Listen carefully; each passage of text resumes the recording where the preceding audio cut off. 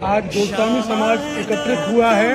पिछले लगातार जब से विदित हुआ है कि मंदिर कॉरिडोर और अधिग्रहण का कार्यक्रम चल रहा है, उसको लेकर गोस्वामी में बड़ा रोष है और इसी श्रृंखला में निरंतर प्रदर्शन, अनशन और अनेक प्रकार के ऐसे कार्यक्रम किए जा रहे हैं जो सरकार के विरोध में है और गोस्वामी समाज के सहयोग के लिए है।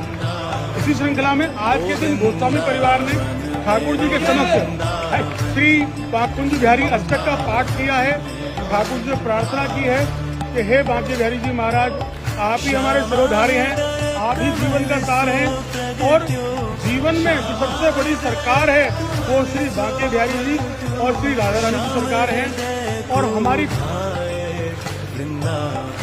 परंपरा बांके बिहारी मंदिर में 500 वर्षों से चली आ रही है, वही परंपरा बांके बिहारी मंदिर में होनी चाहिए। सरकार जो मंदिर को हथियाना चाहती है धन के लिए, वो सर्वथा अनुचित है। जो व्यक्ति ये कहते हैं कि गोस्वामी वीआईपी दर्शन करवाते हैं या गोस्वामियों के पास पैसा जा रहा है, अरे वो यदि ठाकुर जी की सेवा कर रहे हैं और यदि उनके पास पैसा जा रहा है, धन जा रहा है, तो उसमें अनुचित क्या है। और यदि सरकार मंदिर को ले लेगी और सरकार के पास जो पैसा जाएगा वो कहाँ पर जाएगा तुम्हारा।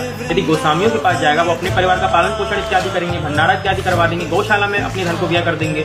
जो पैसा सरकार के पास जाएगा उसमें इस्लाम तंत्र का विकास होगा, उसमें ईसाई तंत्र का विकास होगा। तुम हिंदुओं का पैसा सरकार के पास जाकर के सीधा इस्लाम और ईसाई तंत्र के पास जाएगा, वो तुमको अभिष्ट है। किंतु जो गोस्वामी परंपरा से सेवा कर रहे हैं, पूर्व जन्म के फलों के स्वरूप उनको जो ठाकुर जी की सेवा प्राप्त है, वो उनके अंग का स्पर्श कर पा रहे हैं, वो तुमको दिखाई नहीं दे रहा कि उनके क्या ऐसे तप होंगे, क्या उनका जो पूर्व जन्म का ऐसा फल होगा जो ठाकुर जी ने उनको अपनी सेवा दे रखी है, वो तुमको दिखाई नहीं देता। किंतु तुमको हर जगह धन ही दिखाई देता है।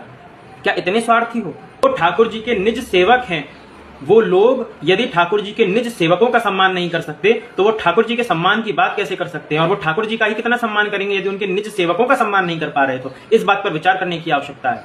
जय श्री कृष्ण।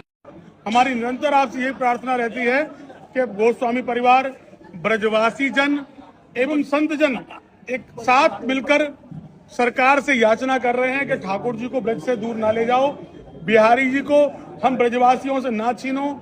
ये हमारी धरोहर भी है, ये हमारी निज संपत्ति भी है और निरंतर ठाकुर जी की हम लोग सेवा कर रहे हैं। हमारी आज 15 पीढ़ियां हो चुकी हैं। ठाकुर जी को हमारे पास रहने दीजिए।